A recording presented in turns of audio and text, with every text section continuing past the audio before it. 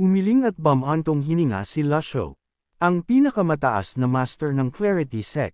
Napunta sa ganitong kalagayan, hindi ako sigurado kung dapat ba akong matuwa. Hindi inaasahan, isang gaskosan na matandang pulubi ang lumabas na pinakamataas na master ng Clarity Sect. Pagkarinig kay Lasho na ibinunyag ang pagkakakilanlan ng pulubi, kapwa nagpakita ng hindi paniniwala sina Xiaoyu at si Iu Honor.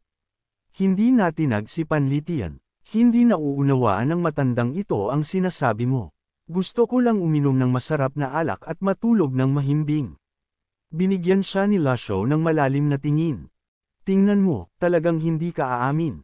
Tahimik na nanatili si Panlitian ng ilang sandali pagkatapos ay umiling. Pulubi lang ang matandang ito.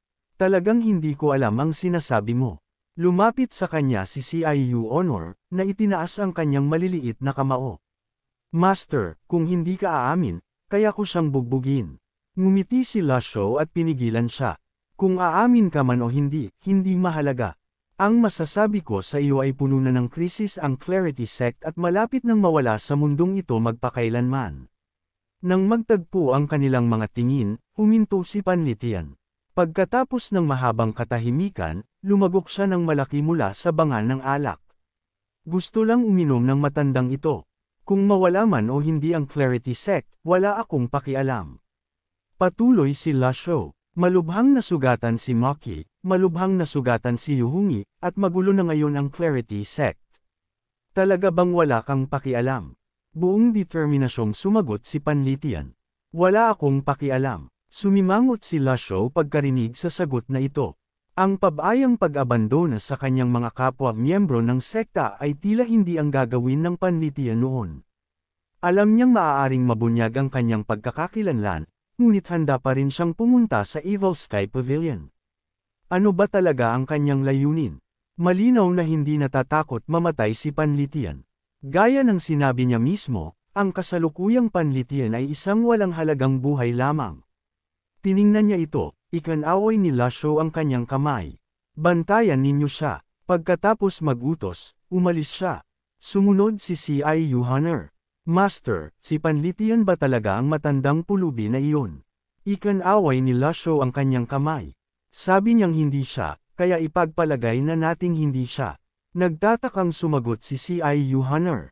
Kung gayon, siya ba o hindi? Talaga bang ganoon ako katanga tulad ng sinasabi ng kapatid ko?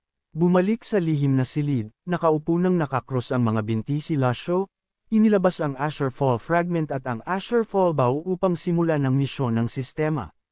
Kailangan niyang dalisayan at lansagin ang Asher Fall Bow. Kailangan din niyang dalisayan at lansagin ang Asher Fall Bow. Mayroon din siyang dalawang talisman sa pagdadalisay, na maaaring ibalik ang mga sandata sa kanilang dating walang may-ari na estado. Subukan natin. Casual na ginamit ni Lasho ang isang talisman sa pagdadalisay, at sa isang wisik, nagliyab ang talisman, bumabalot sa Asher Fall Bow sa pulang-pula na apoy. Ang matinding init mula sa espesyal na apoy ay pumilit kay Lasho na pakilyusan ang ilang primal na enerhiya upang bumuo ng isang malakas na harang na enerhiya sa harap. Sa kabila nito, ang init ay nabawasan lamang ng kalahati, at isang maliit na init pa rin ang tumatagos sa malakas na pader ng enerhiya. Mabilis na lumipas ang halos isang oras, at ang mababang uri ng mga materyales ay hindi nakatiis sa mataas na temperatura. Nasusunog sa enerhiya ng apoy, bumabagsak ang tunaw pagkatapos ng tunaw. Habang bumabagsak ang huling patak, umabot sa kanyang pandinig ang tunog ng notifikasyon ng sistema. Ding! Nabawi ang Asher Fall Fragment *3. Iginawad ang 300 puntos na merito. Ding! Nakumpleto ang misyon sa pagkolekta ng Asher Fall Fragment. Iginawad ang 1,000 puntos na merito. Gusto mo bang pagsamahin ang Asher Fall Fragment? Tumango nang may kasiyahan si Lasho. Nang unang makuha ni Tiandaw ang Asher Fall Fragment, hindi niya ito masyadong pinahalagahan dahil sa mababang grado nito. Ngayon, mukhang may mahalagang bagay na maaaring napalampas si Tiandaw. Pagsamahin, ibinigay ang utos. Ang 8 Asher Fall Fragment ay naglabas ng liwanag, dahan-daang nagsasama. Ding! Nakakuha ng sandata. Asher Fall Blade. Ding! Nakakuha ng Heavenly Writing Scroll. Bumaling ang tingin ni Lusho sa Asherfall Blade. Ang punyal na ito ay bahagyang mas malaki kaysa sa mga Asherfall Fragment at bahagyang mas malaki rin kaysa sa isang normal na punyal.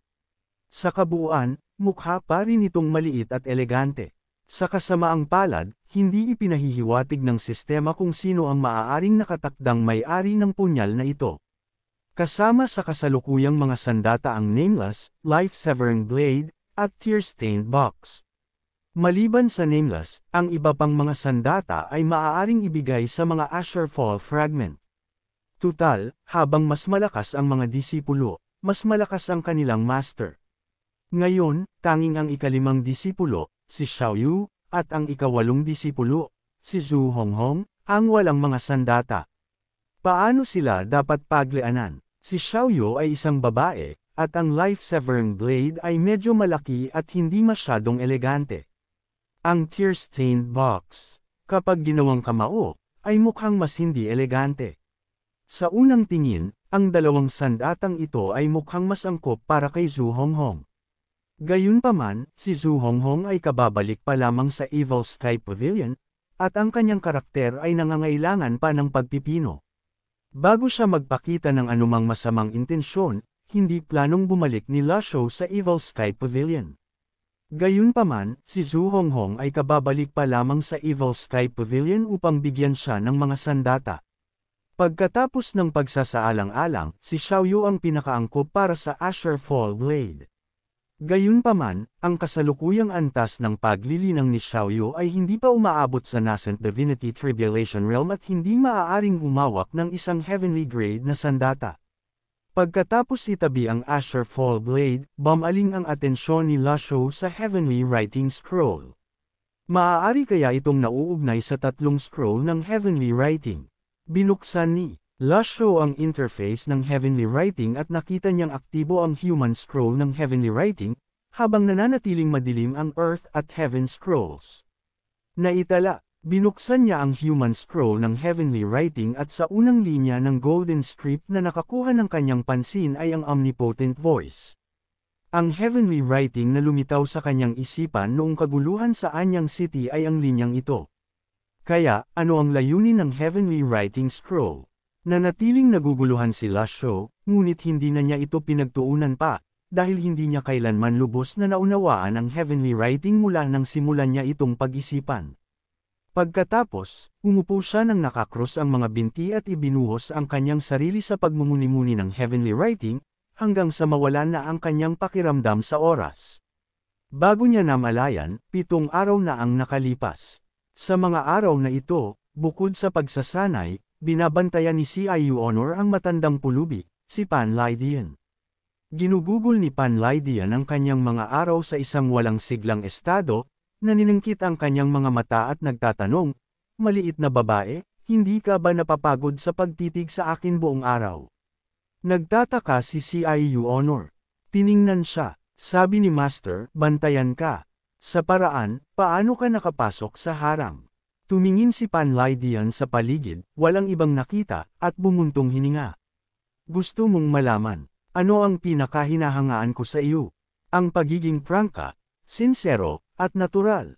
Nagliwanag ang mukha ni CIU Honor sa tuwa. "Hehe, ganyan din ang sabi ng mga kapatid ko tungkol sa akin." Bumuntong hininga si Panlaidian. "Kung gayon, maaari mo bang sabihin sa akin kung may taong may apelyidong Pan sa Golden Court Mountain?" Sumagot si CIU Honor. "Oo, saan? Ikaw?" Umiling-iling si Panlaidian na hindi makapagsalita. "Ang ibig kong sabihin ay ibang tao." Nag-isip sandali si CIU Honor. "Ang ibig mong sabihin ba ay si Pan Zong?"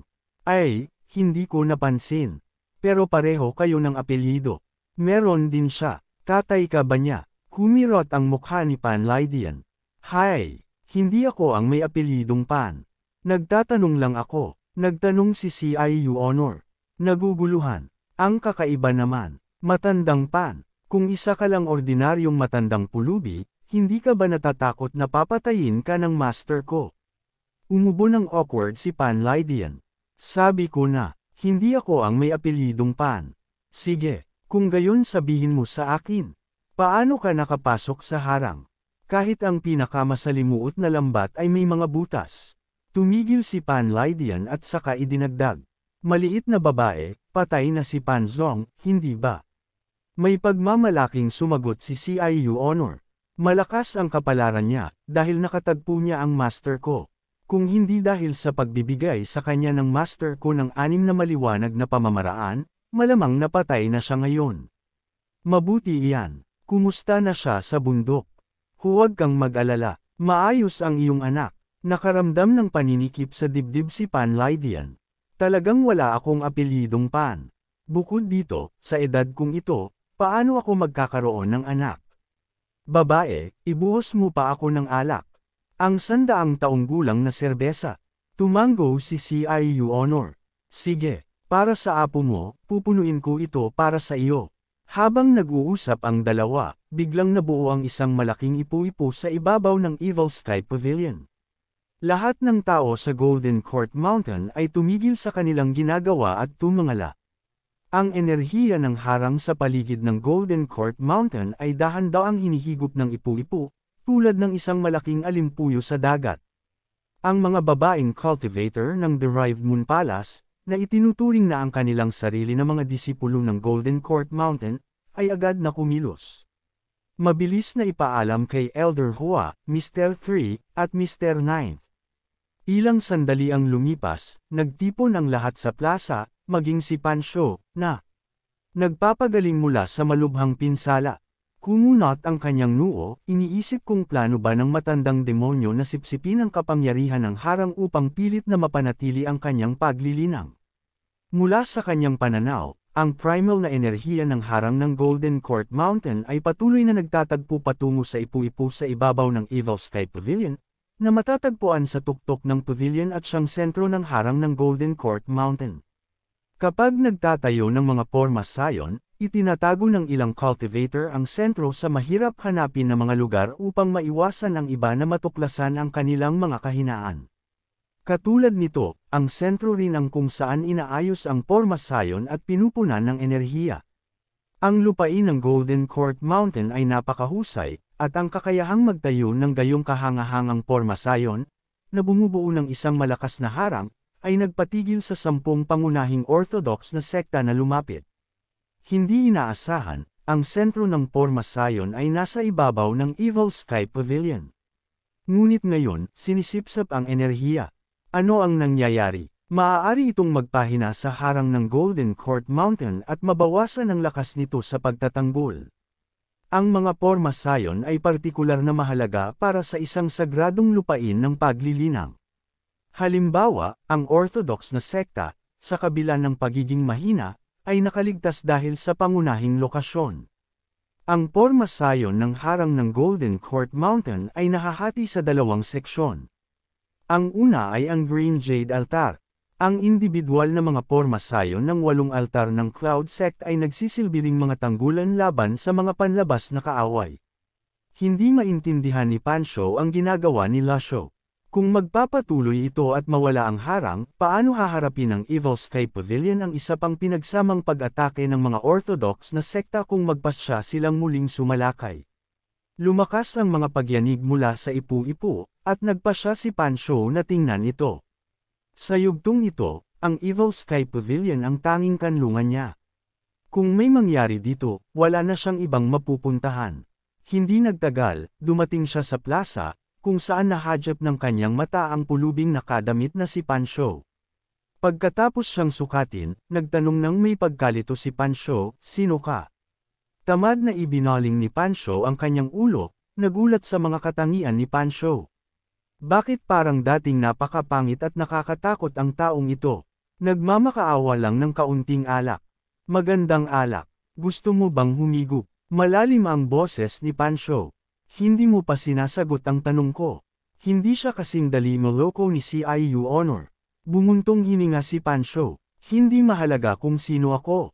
Mukhang nagtamo ka ng malubhang pinsala. Tinaas ni Pan Shou ang isang kilay, sumasagot, wala kang pakialam doon. Nagpatibay ng tono ang matandang pulubi, na parang nakatatanda. Malayo na ang narating ko, maraming tao na ang nakita ko. Binata, huwag kang masyadong agresibo.